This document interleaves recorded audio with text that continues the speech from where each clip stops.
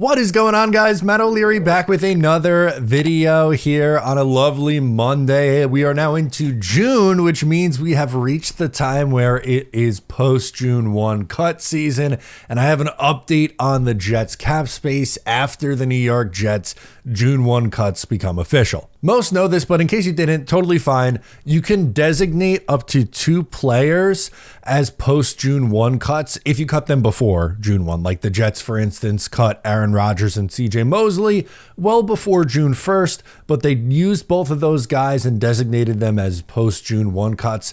And that impacts their cap space differently if they did versus didn't use the post-June 1 tag on it. So looking at the New York Jets updated cap space after Aaron Rodgers and CJ Mosley's money kicks in, or the money saved rather kicks in, the Jets are sitting with the 4th most cap space in the NFL with over $36.8 million according to Over the Cap. 3 teams with more are the Patriots, 49ers, and Lions. So now really comes the question, in my opinion, for 2 things. What do the Jets do with that cap space? It's not like they have to spend right up to the cap. They don't. It's totally fine if they don't really spend all that money in a year where they're likely going through a transition. But to me, I think you could hope for maybe one of 2 things, or maybe both. The first thing that comes to mind is extension time for Garrett Wilson and Sauce Gardner. We reacted over the weekend that Jeremy Fowler was reporting that the Jets have begun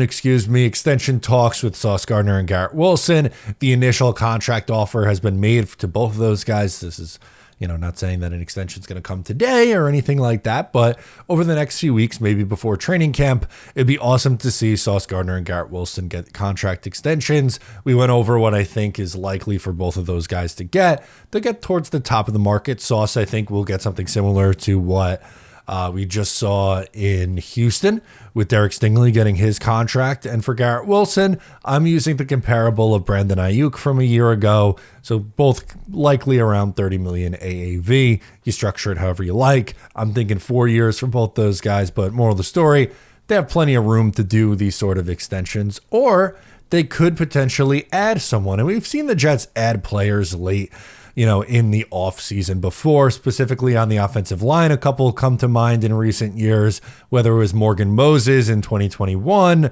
or even Dwayne Brown. It might have been the year after or 2 years after.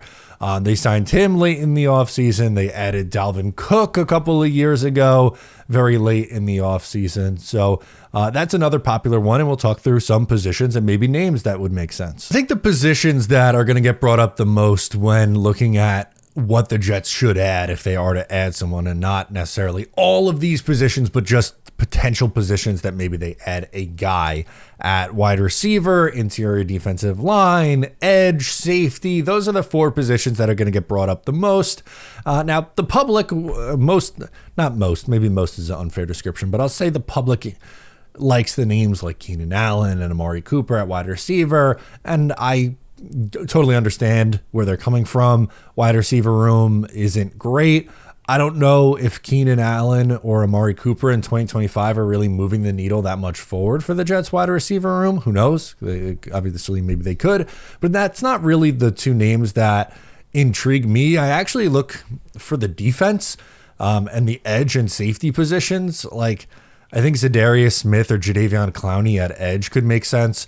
And one of the reasons why I think edge could be impactful adding a veteran there is Jermaine Johnson coming off the injury. I like Jermaine. I think he's a really good player. I just don't know what he's going to look like early on in the season during the recovery process coming off an Achilles. And I don't know if they have someone who can really be an edge 3 and really more closer to an edge 2 at the beginning of the year, assuming it takes Jermaine Johnson a little bit. So I'd be in on a 1-year deal for either of those 2 guys. And if you want to go to safety room, just because I don't feel great about Tony Adams starting, if you want to keep him around for depth, that's fine, but he really is not very good against the run. Comes into a couple interceptions every year, which is great. The big one against Jalen Hurts from a couple of years ago stands out, but I don't view him as a starter.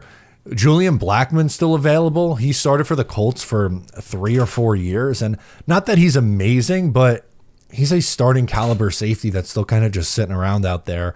Would you take a 1-year flyer on him and pair him with Andre Cisco? I think I'd feel a lot better about the Jets back end, on the defense. And if one of Blackman or Andre Cisco is struggling out of the gate, it's 1-year deals. And then you have, whether you want to go to Tony Adams, that's fine, but you took Malachi Moore in the 4th round, so you have options to use at that spot and get reps to some younger players if the vets that you have on 1-year deals aren't really working out. So I would look at either edge or a guy like Julian Blackman at safety if the Jets want to add somebody. So there you go. Just kind of wanted to do a quick update on where the Jets are salary cap wise after June 1.